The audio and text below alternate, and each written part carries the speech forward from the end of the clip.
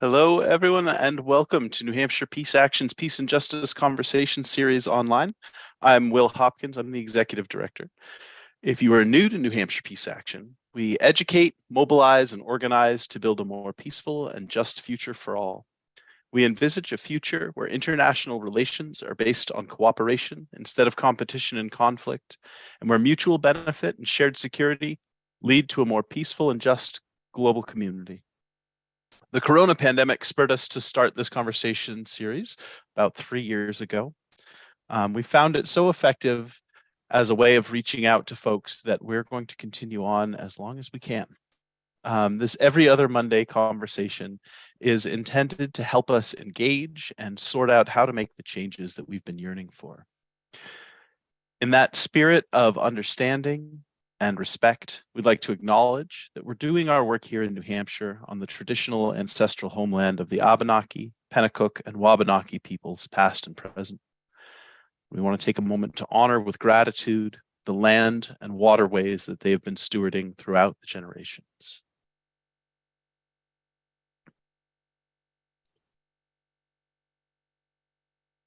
So tonight, I'm very excited to get a chance to hear from one of my favorite speakers, Colonel Wilkerson. I've had the joy of having lunch with him twice and chatting about both the many things that he's done in his career and the current state of the world. Colonel Wilkerson was Colin Powell's Chief of Staff, both when he worked with the Joint Chiefs and as Secretary of State. And he's done a number of other things, which you've all read his bio, so I'm not going to take up too much time going through them. Tonight, Colonel Wilkerson has agreed to join us to talk a little bit about the current state of affairs with Russia and Ukraine and what a path forward might be. So without further ado, I'm going to turn it over to you. Thank you so much for being with us. Well, thank you for having me. It's interesting to be back in New Hampshire, if only electronically. Well, the last trip I remember was 2016, when about 16 Republicans had paid the $1,000 entry fee and were all over the state trying to campaign, none of whom would become president. Your opening comments about educating and so forth reminded me of what Rabbi Bob Whittam at Temple Emmanuel in New York said to me one time about his mission in life as a rabbi. It was to hatch them, match them, and dispatch them. That's a great way of summing up a rabbi or a priest or a pastor's career. I hope you're having good fortune in what you're trying to do in New Hampshire and elsewhere too. I think it's time we talked a lot more in America about peace instead of war. And I think it's time we put that in our lexicon, if you will, if we're the president or the Secretary of State or the Secretary of Defense, at least in equal proportion to war. I'd like to see it essentially push war out. But we have been a warfare state since 9/11. And arguably, we've been a warfare state for longer than that. Certainly because of the Cold War, but also we did some extraneous things to the Cold War. It appears to the rest of the world now, and Ukraine is amplifying and making this far more profound. And when I say the rest of the world, I'm talking about polls that indicate 3 billion people think we're insane. They truly think we're insane. They express it in different ways. They express it, for example, by being on Putin's side, if you will. Even though for them, looking at it from their distant vista, it's aggression on his part. It's crossing international borders without permission, and that's a war crime. Same way we did in Iraq. We committed a war crime in 2003 in Iraq. You could argue Article 51, self-defense under the UN Charter for Afghanistan, but you couldn't argue it for the 20 plus years we stayed in Afghanistan. So if there's a war criminal in the world of imperial posture, it's the United States of America. But still, this business of 3 billion plus people, incidentally, most of those are under some kind of direct or indirect US sanction too. So think about that for a minute. The official list at the Treasury Department is over 32 countries that we have under sanction right now. And the official list does not encompass all of the sanctions, I'll guarantee you. So the rest of the world, particularly people under 35 in poll after poll, show that they believe the United States might, in fact, be the greatest threat to their future. That is a terrible place for a country that professes to be a democracy, indeed a leader in human rights, rule of law and such, to be in. It's a terrible place. And now to the point, Ukraine is amplifying and deepening that considerably, especially with the global South and this 3 billion or so people who are out there who are finding us very hard to take these days. Why? Because they look at and listen to, however academically or otherwise, intuitively, intelligently, whatever, the history of this conflict. And the history of this conflict is as damning of the empire, us, NATO, London, Paris, Berlin, Washington, as it is of Vladimir Putin. He's the one who aggressed across borders, but still he was provoked. He was massively provoked. The history of this is a history of perfidy, of deceit and lying by everyone from Angela Merkel to the President of the United States, times 2 or 3. We have been playing with Ukraine for a long time. The CIA has been in Ukraine for a long time, doing dastardly things, doing things that were they revealed to the light of the international community would plunge us even further in polling. It's not all Putin's fault, is what I'm saying. The aggression, yes. Okay, the aggression, yes. Just like the aggression in 2003. But there are other things that happened that caused Putin to do what he did. All of that notwithstanding, it needs to stop yesterday. We do not need more of this conflict in the heart of Europe. This is worse than the Balkans, and the Balkans were pretty bad. This is worse than Kosovo, and it was pretty bad. This is in the heart of Europe. This is a place that is the breadbasket, increasingly, of much of the world. Lebanon, for example, was getting about 50, 51, 52% of its grain products from Ukraine and from Russia. That's been disturbed majorly now. North Africa was getting similar amounts. So we have really disturbed the world with regard to this conflict. It needs to stop. The outlines of how it should stop are very clear now. We don't need one of the world's premier diplomats, Wang Yi, a man whom I met first in July of 2001 in Beijing in policy planning talks, brought to Washington the next year for continued policy planning talks. Very impressive man. And I've watched his career since then. He's a very impressive diplomat. Works for China. You can say, incidentally, he works for Xi Jinping, but he works for China. Sergei Lavrov, similar. He works for Mother Russia. He doesn't work for Vladimir Putin. He works for Mother Russia. And Sergei, as Powell said repeatedly to me, is one of the finest diplomats in the world, one of the best diplomats Powell had ever met. They used to talk on the cell phone all the time, drove the National Security Agency crazy.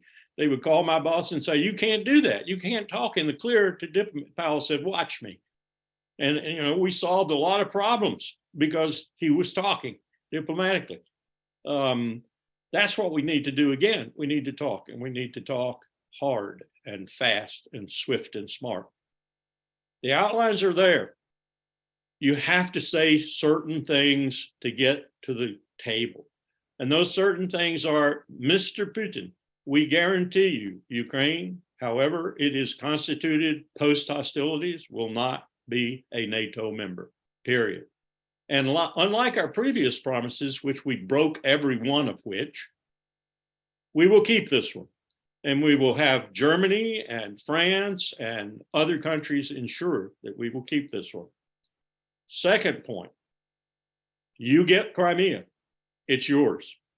All of history, well, the last 1,200 years, screams that Crimea belongs to you. Not only that, constant polling in Crimea of merit and consequence shows the majority of Crimeans want to be in Russia.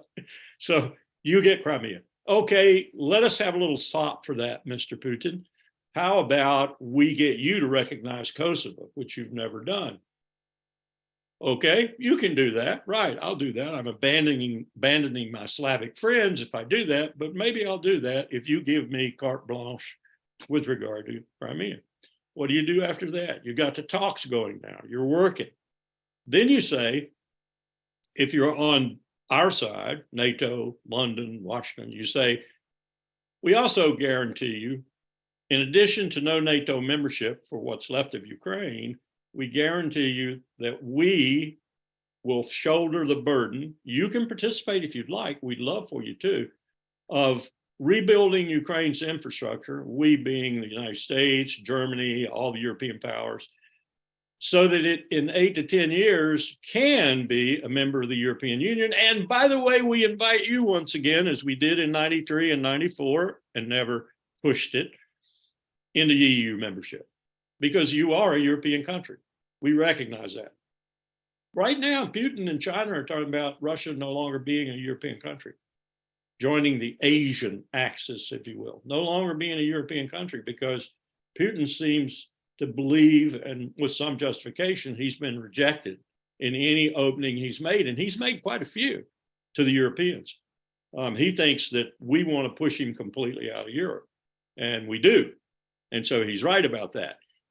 We need to change that image. It'll take a while. It'll take a decade or two, more Russian leaders who are convinced we're serious, but that needs to be a part of it too, that eventually we want Russia to be re-entered into Europe peacefully. And then you can talk about some other things too, the Eastern Oblast.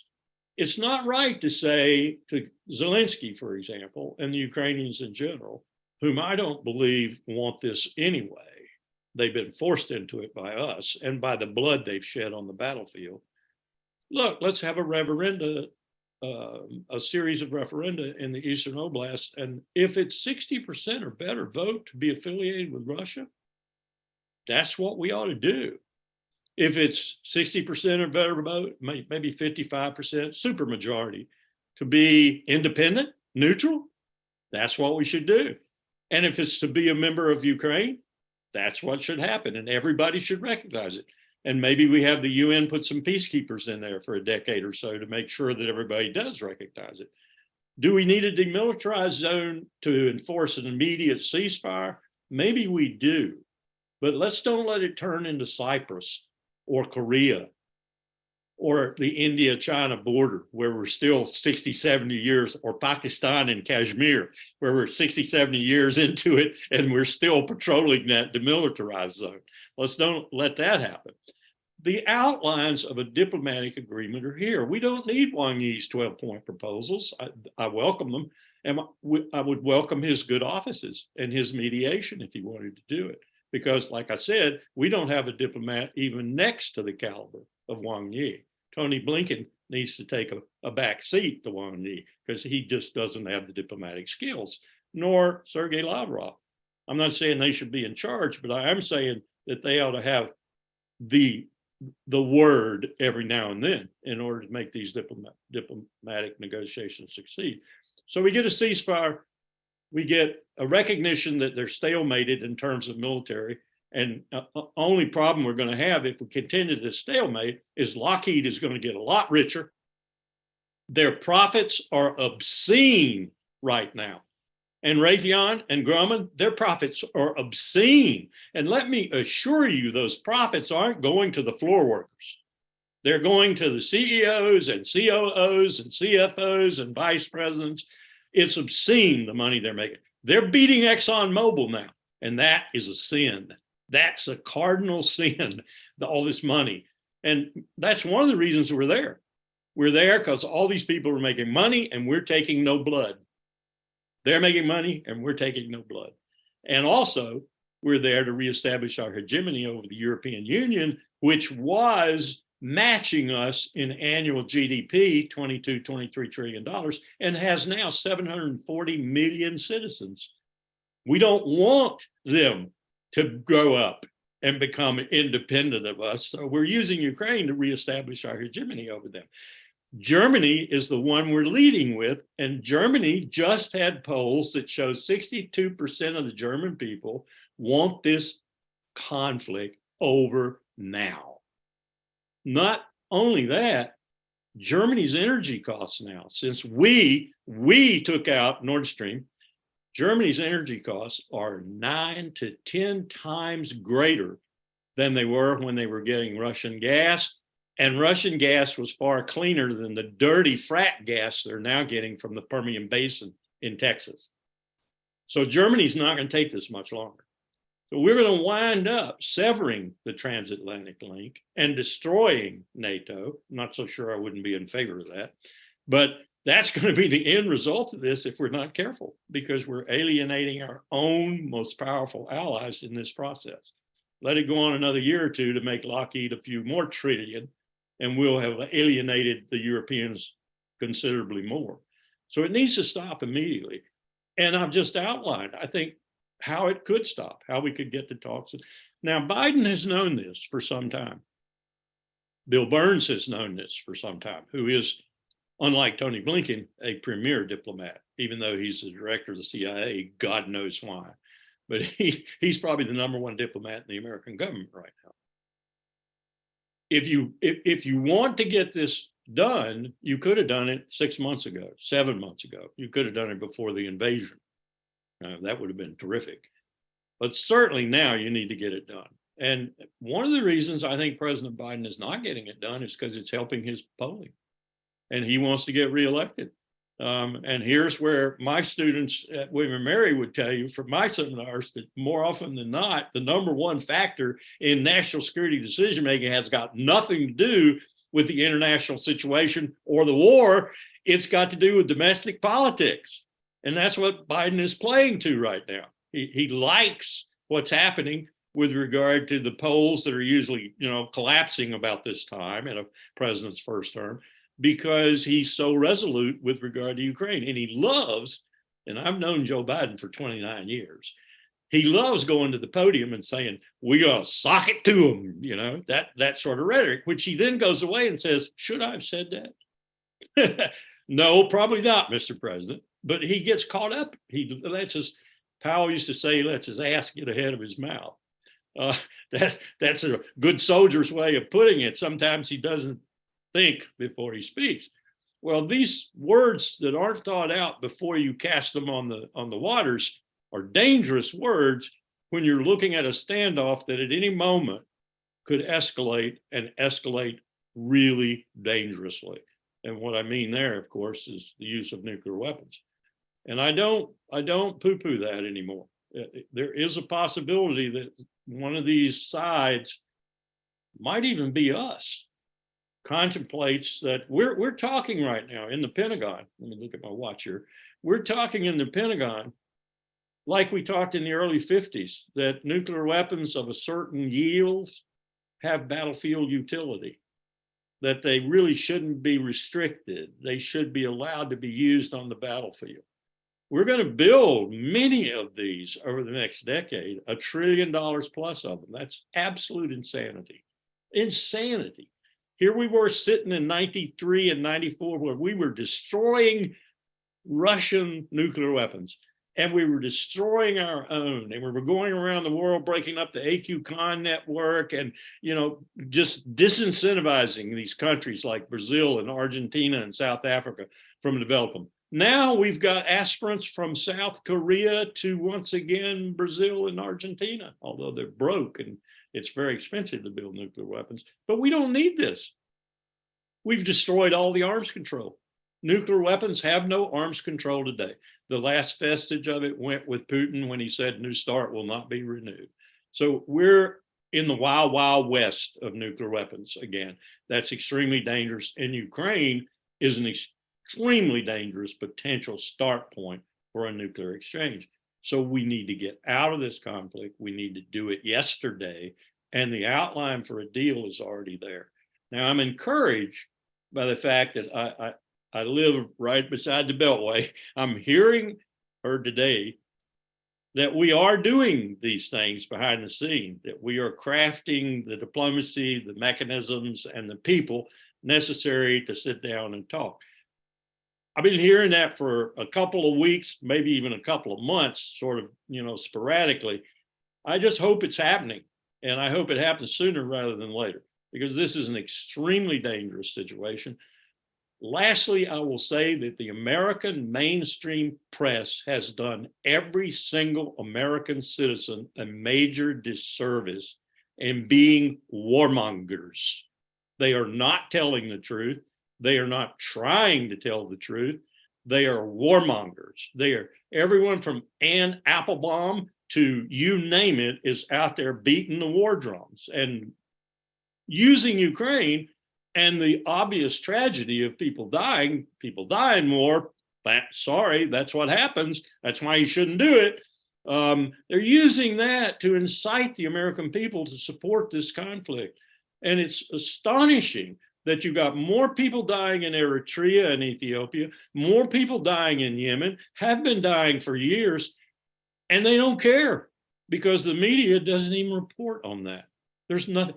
It's incredible. I mean, we as Americans are incredible. Let it be a white Christian country of which a lot of its citizens live in our country, and boy, we're for the war. But let it be some poor people out there who don't even look like us and have different religion. Oh, kill them. That's pretty much the way the world looks at us now. That's the way they think we think.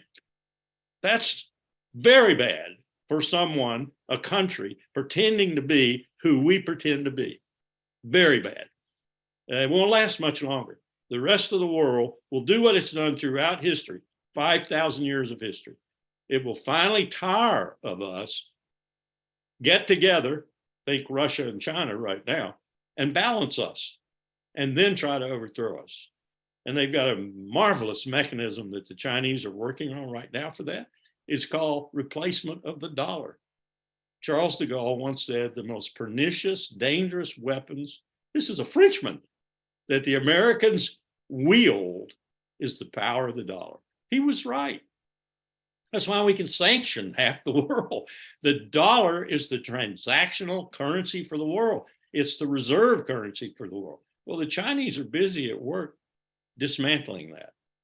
And it won't take but about another decade and a half, and $40 trillion of US debt instead of $22 trillion of US debt. And that's where we're headed for them to be successful. So we've got a lot of problems to fix in addition to Ukraine, but we need to get to the Ukraine problem ASAP, as soon as possible, yesterday. Thank you. Thank you so much, Colonel Wilkerson. So folks, the way we usually do Q&A is that you can use the hand raise feature on Zoom. I probably won't see you if you're raising your hand on your screen. So you can use the hand raise feature on Zoom, or you can put an asterisk in the chat if you'd like to be recognized. Otherwise, if you are comfortable having me read off your questions, you can put them in the chat directly.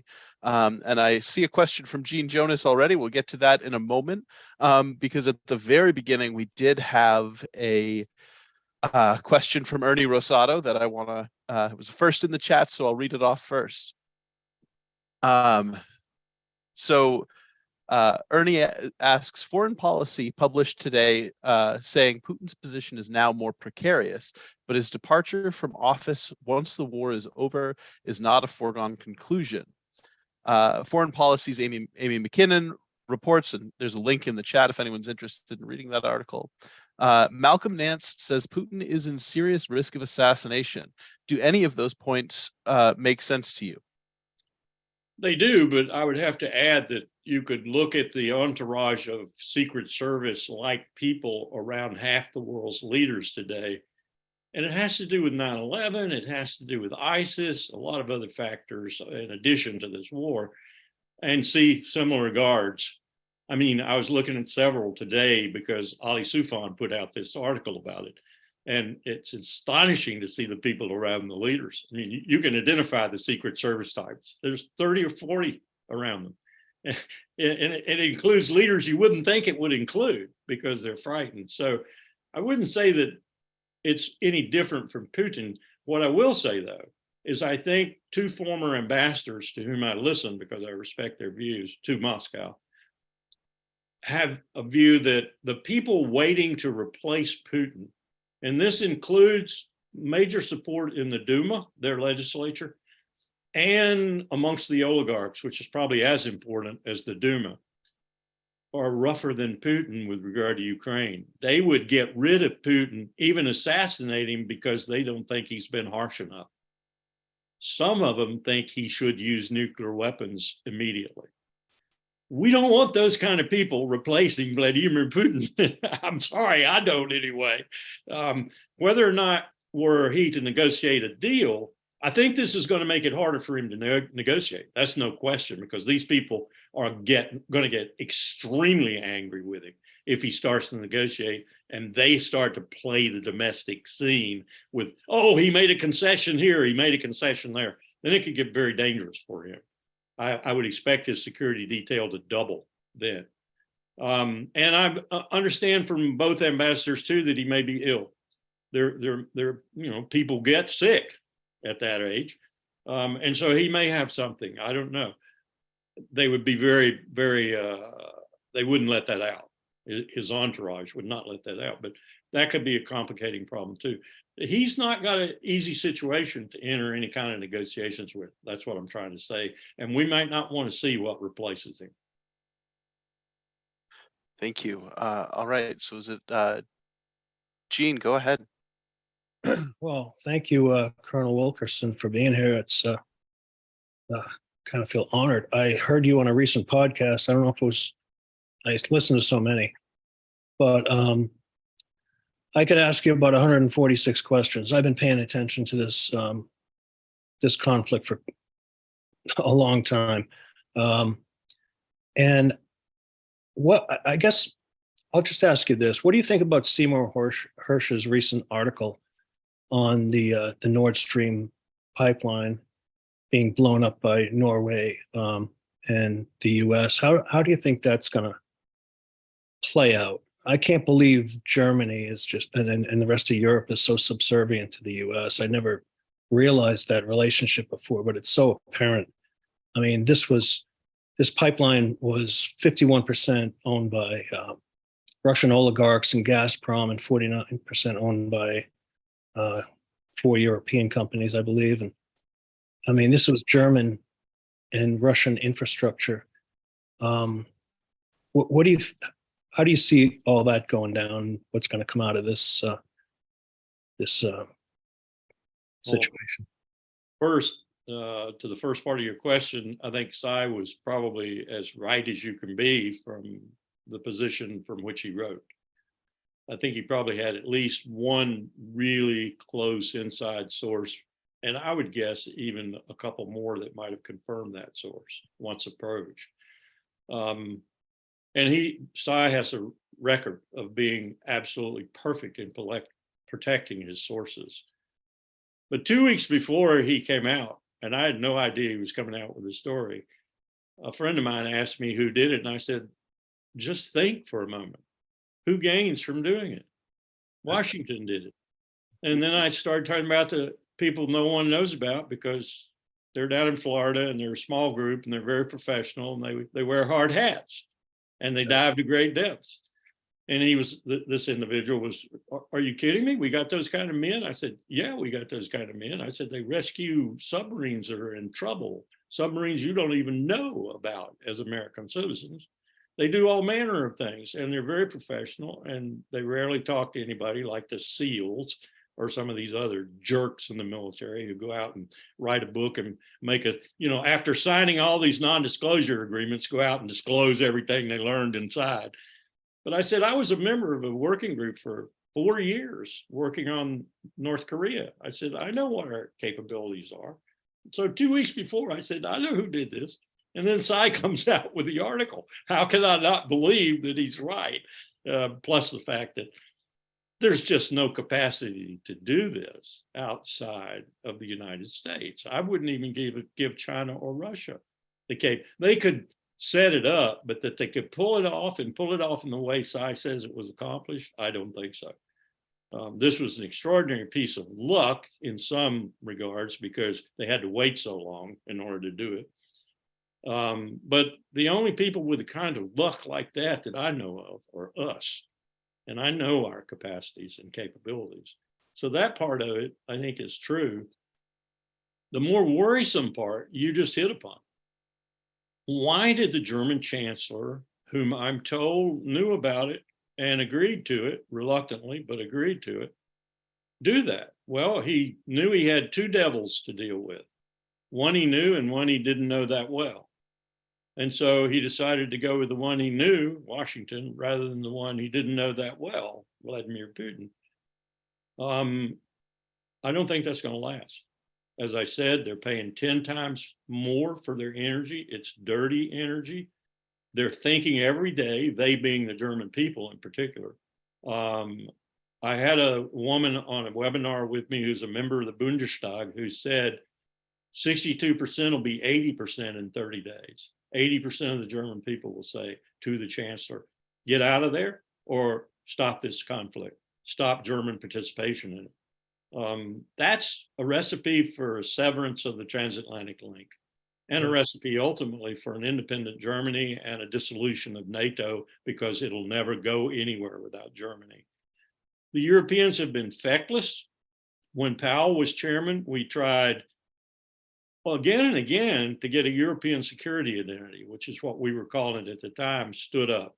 At least one brigade of about 4,000 European soldiers that would be independent of NATO and would take action independent of NATO were the Europeans to decide on it, but would not draw from NATO if NATO were in a conflict itself. That is to say, we couldn't compete because we just didn't have enough soldiers. They never would do it. They would get that close to doing it and then they would back off. They are so used to having Washington and having that possession of Washington and the nuclear umbrella and everything reduce their necessity for a high defense budget that they've just become mesmerized by it. But it's going to come apart. And I think Ukraine is what's going to sever it. And I'm worried about that because while we never needed to expand NATO. Albania? Imagine talking to that Texas farmer, that Iowa pig guy or chicken guy about nuclear guarantees to Albania. Where is Albania? What is Albania? Well, it's a criminal state for all practical purposes. So is Montenegro for all practical purposes. But you're giving your nuclear guarantee to them because Bill Clinton told you to, and subsequent presidents told you to. Well, I don't even know where those places are on the map. No, of course you don't. But you're giving your nuclear guarantee to them. This is nonsense. The NATO expansion was nonsense and very dangerous. And, Putin decided to call our card on it. Yeah. Do you think the U.S. will ever be held account for the Nord Stream pipeline being blown up? Could be, because the UN Security Council, after Ray McGovern and I saw that. Sachs and other people went up there, they're talking about an independent UN investigation of how it happened because it was a war crime. Right. I loved it when Tony Blinken said the Russians had weaponized energy. And I said, well, Tony, baby, what did we do back to them? We weaponized energy right back. Selling LNG at 4 or 5 times the price to Germany now that normally we charge. So yeah, it's amazing. I mean, obviously we did it. I said that back in September. It makes no sense. Why would Russia do it? And why would Germany do it? Or any European country? It just makes no sense. Exactly. And I got to tell you that I've been dealing with the Norwegian parliament for about 5 years now. They call it, I forget the exact term, Scandinavian term for it, but it's a parliament. And the people in the parliament with whom I talked convinced me that we got to their election process. And we actually not only created the Secretary General for NATO, Jan Stoltenberg, I mean, he's our man through and through. But we also created the current Norwegian government. And polls inside Norway show that most Norwegians are not happy with this new stance that Norway has taken. Did you know their pilots led the strikes on Libya? That did not go over with the Norwegians very well. I was recently listening to a podcast, Cy Hirsch was talking, where they were involved in the Gulf Tonkin incident way back in there's two parts to Norway. There's this part that's kind of like you and me that thinks that peace is the best thing for the world. And then there's a part that kind of collaborated with Hitler, dare I say that thinks that, the United States can do no wrong and put some more Pomkas in Tromsø and we'll trounce those Russians. Maybe the whole country won't be with us, but we will. I mean, that's kind of the way they think. All right. So David, had your hand up for a while. Shall we move to David's question? And then we've got a few in the chat. Thank you, Colonel Wilkerson, for speaking truth in a world with so much lies. I've got a couple of questions. One, I really appreciate your proposal for what could end this thing. But for this to take place, it seems to me there's so much distrust on both sides. Somehow we have to increase the level of trust that this could actually happen. And a related question is, do you find any of the kind of key policymakers in Washington that have appreciated your proposal and said, well, that's really something that we might be able to work with? And the final question is, it was very interesting to me to see China's proposals just, came out a couple of days ago. And your take on that, which seems to me to make a lot of sense also. Let me take the last part first. I have no problem at all with China's proposal. Yes. I don't think it'll wash because look at the vituperative and bellicose remarks that Biden has been leveling at China. He outdoes Trump. And this business of strategic clarity with regard to Taiwan, instead of the strategic ambiguity we've had for ever since Nixon, Kissinger, Zhou Enlai, and Mao Zedong met, and we had a rapprochement with China, has worked. Why would we want to discard that? And yet, that's what the leaders of this country are saying. We will defend Taiwan. We couldn't defend Taiwan in a teapot. We simply could. Our army right now is smaller than the army of Bangladesh. They fell 23,000 recruits short in recruiting this last year. We've started a McNamara's 100,000 program at Fort Jackson, South Carolina, and trying to convince ourselves that we can train idiots to be soldiers. We couldn't fight them if we tried. One of the reasons we're fighting in Ukraine is because there we can fight without any U.S. troops, because we don't have a lot of U.S. troops. The U.S. Army Reserve is falling apart. There are 27 battalions that aren't commanded and haven't been commanded for 2 to 3 years. They just requisitioned lieutenant colonels from the active army to go in and command reserve battalions. Reserves have been torn apart by these constant deployments over the last 20 years. We are in bad shape, and money doesn't fix it. Money is not what fixes this problem. This problem is polls show 9% of American youth of draft age are disinclined to serve in the military. So lowest polling we've ever had. That's the real problem. They don't want to fight. They don't want to be a part of these stupid wars. So anybody who's being bellicose right now with the American military behind it is talking about a paper tiger in terms of people, and that's the most important ingredient. Yeah, we've got all this fancy equipment, planes, carriers, $1 billion worth of this, $1 billion worth of that. People. We don't have the people. A 300 ship Navy is impossible. We can't people it. We don't have enough sailors to go on the ships. We're hot bunking them now in destroyers, carriers, and other battle group ships just to make deployments because there's not enough people to fill the slots on the ships. So we're in trouble there. And so talking bellicosely about Taiwan and about China is crazy. Let's do this. Let's at least be acceptive of some portions of Wang Yi's plan, Xi Jinping's plan, China's plan, so that we can better our relationship with Beijing right now, or try to. We might not be able to. We may have crossed the Rubicon with regard to that, because I think China has thrown its lot in with Russia now as the senior partner, and it knows it's the senior partner. China's saying to Russia, come be an Asian country exclusively. Don't fool with Europe. Don't fool with Europe. We'll both just gang up and we'll produce to where we bury Europe. We'll take our economic game, you with your petroleum products and us with our production capacity, and we'll bury Europe. They'll pay us for whatever we can give them. that's going a little bit far, I think, in interpreting Xi Jinping's philosophy, but it is not to have war, it's to bury us economically. And in terms of purchasing power parity, the real measure of an economic strength, they've already buried us. They'll bury us in terms of GDP and everything else if they keep on the present track. Now, they've got a lot of problems too, demographic problems, they got environmental problems and so forth. But China is really interested in economic strength and not fighting wars. Why have they peopled the seas with ships and such? Well, most of that is geared to rape, pillaging, and plundering the fish stocks left in the world, because that's where they get about 60% of their protein. That's the reason they're so zealous about the South China Sea. But look what they've done. Look what they've done. And we should be complaining about this, not necessarily about their military deployments. Their fishing fleet is huge, and it's raping the South China Sea, one of the last real vibrant fisheries left in the world.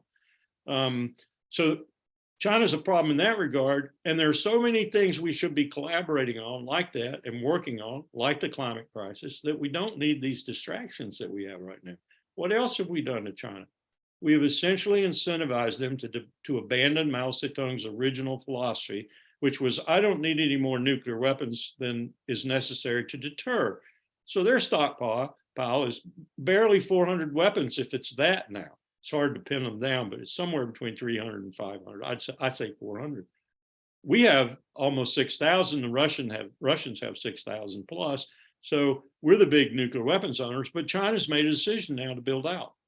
They're going to build out a capability to ride out a first strike and retaliate. That means they will now come close to us or surpass us in terms of nuclear weapons. Look what we've done. Look what we've incentivized in the world now. The South Korean president, you may have heard, he just talked about a nuclear weapon for South Korea. We've been here before. We dissuaded them under Park Chung-hee, the dictator back in the 70s, to stop their program. But this guy sounds like he might be serious. They just did a poll in South Korea. Something like 65% of the South Korean population of all ages said they agreed with their president. They should be a nuclear power. I guarantee you, if they're a nuclear power, Japan will be a nuclear power overnight. Japan's plutonium is weapons grade now. Korea's will have to be reprocessed in a labyrinth of technical genius and money. Japan's, no, they just take it right out of the reactor and put it in a bomb, because it's weapons grade plutonium right now, this minute. They got more plutonium than anybody else in the world. So you want to see a real mess in Northeast Asia, just keep on this track. And we started all this. Trust, hard to build. Trust is a real problem with Tehran now too, especially after this latest protest. But Iran has changed remarkably in the last few months of this protest. The majority of Iranians now say they do not even want a government associated with Islam. Many of them are changing their religions. They're going to Zoroastrianism, they're going to atheism, they're going to agnosticism, they're going to Christianity. A lot of the young people, people under 35, which is the dominant part of Iran's population now, especially women, are going to other religions. They have given up on Islam as a justification for a governance process. That's a recipe for real change in the future if we don't mess it up.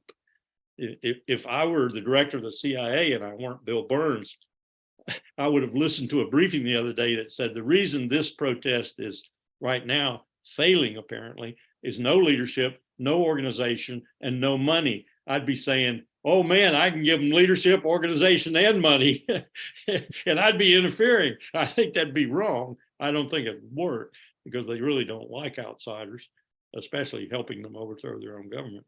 But I think it's inevitable that it's going to be overthrown sooner or later. And then the question will be, how do we build trust, as you said, with this government after so many years of really no trust whatsoever? And now it's almost at that situation with Russia. And imagine how someone like me feels, or Colin before he died. We were euphoric in 1991 and 92 with Gorbachev and Shevardnadze and Jim Baker and H.W. Bush. We were destroying nuclear weapons. We weren't just talking about Russia being a member of Europe. We were offering them membership in NATO, membership in the European Union.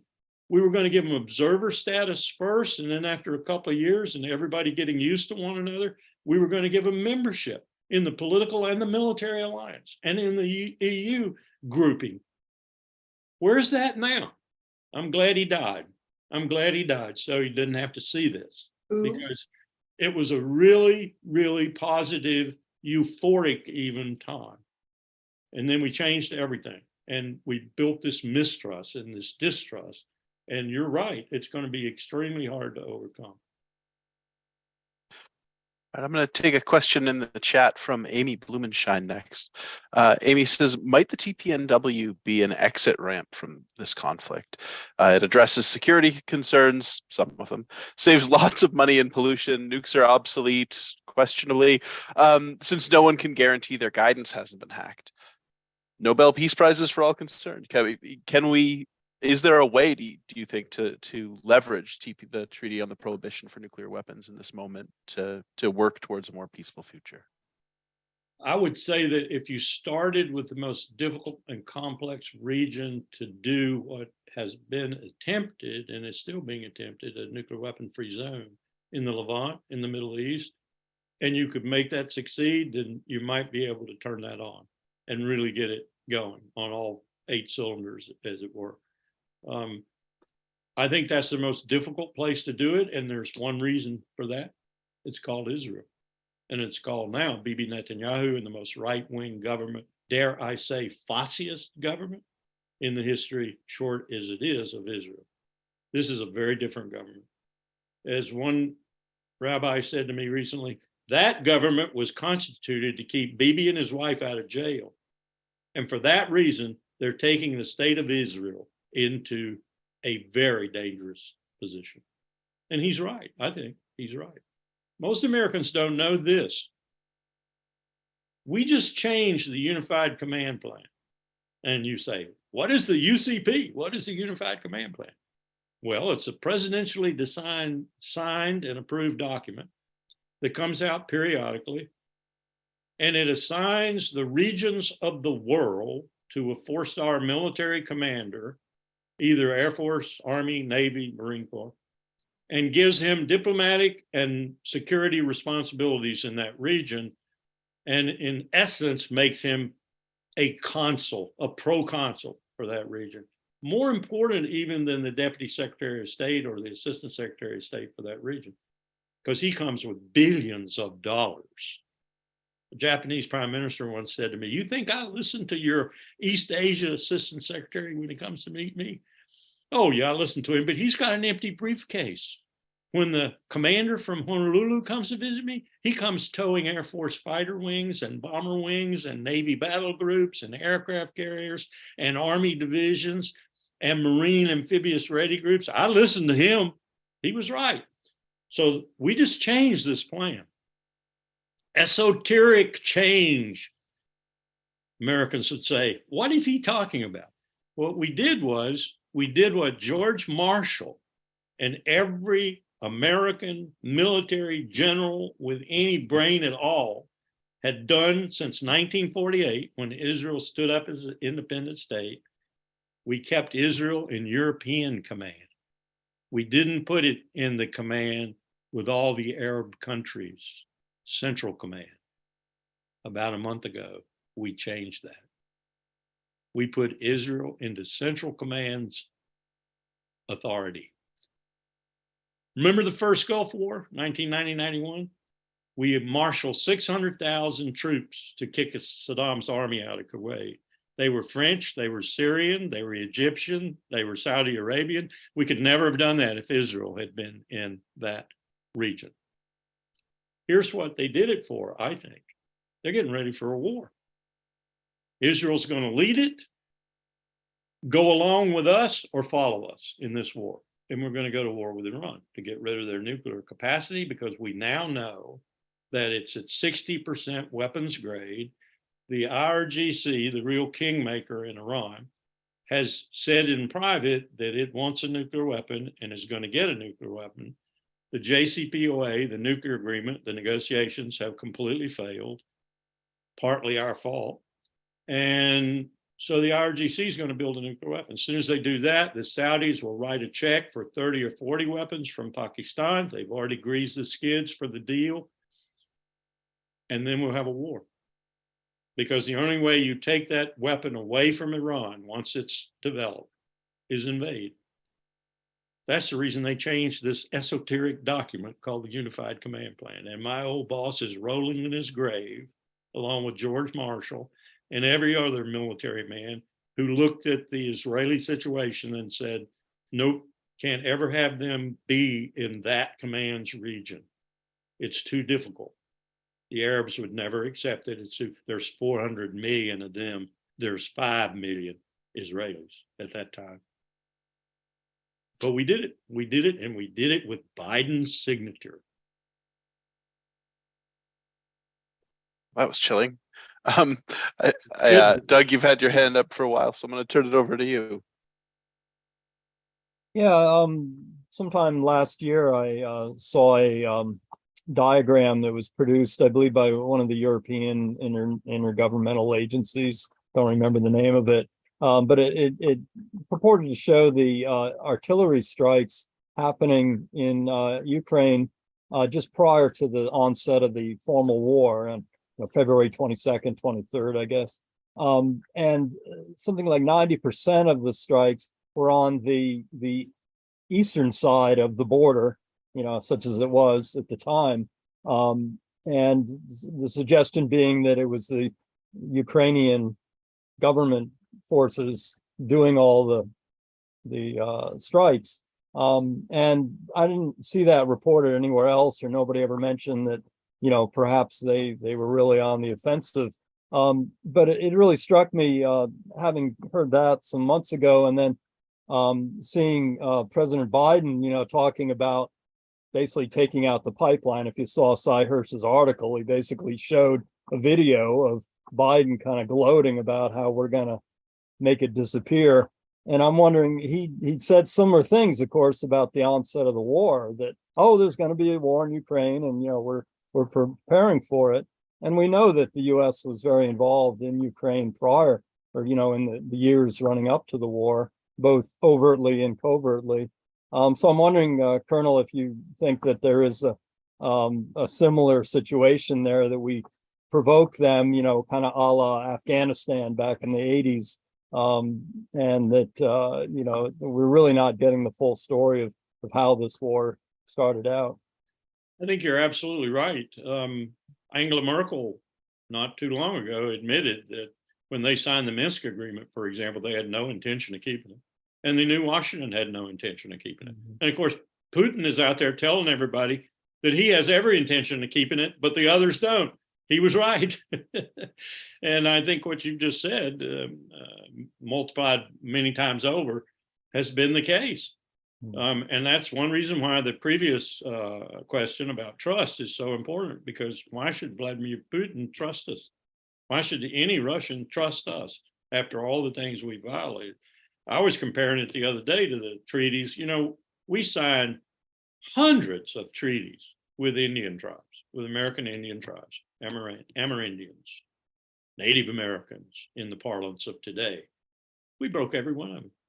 We broke every single one of them. As soon as we smelled money, gold, land, buffalo hides, railroad access, or whatever, we broke every one of them. That's our history. We do it if it's in our interest to do it. We don't do it otherwise, but we'll lie about the whole thing up to the point of doing it. That's pretty much the American way of doing business in the world. I learned this as both a soldier and a diplomat.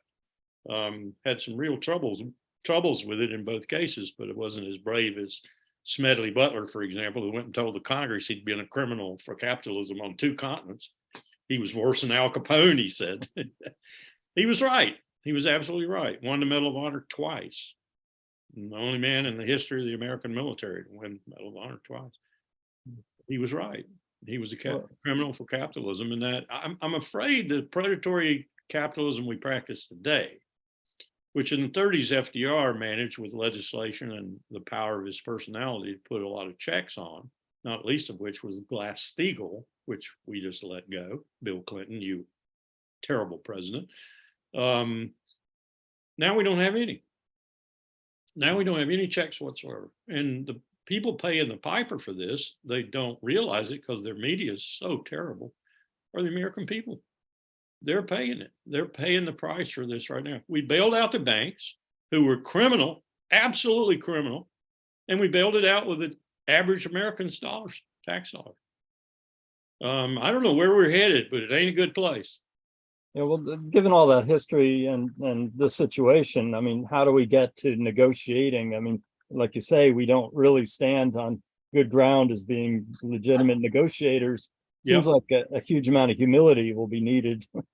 I think you buy that humility with I hate to say this because London's been worse than us, but ultimately with your allies' integrity, if you will, and that integrity is made out of the practical reason that they want the war to stop too. So, and Germany's at the lead of this. Germany's absolutely at the lead of this. We're forcing Germany now to do things that are absolutely out of their interest to do, even to their disinterest, like break all relations with China. That's not making German businessmen and wealthy people in the Ruhr Valley, for example, very happy. And it's going to tell. It's going to tell after a while, politically, domestically, and otherwise, it's going to tell. The Germans are going to have to rethink the whole situation. And I'm sorry, but Germany's the most important country in Europe. Economically, financially, militarily, potentially.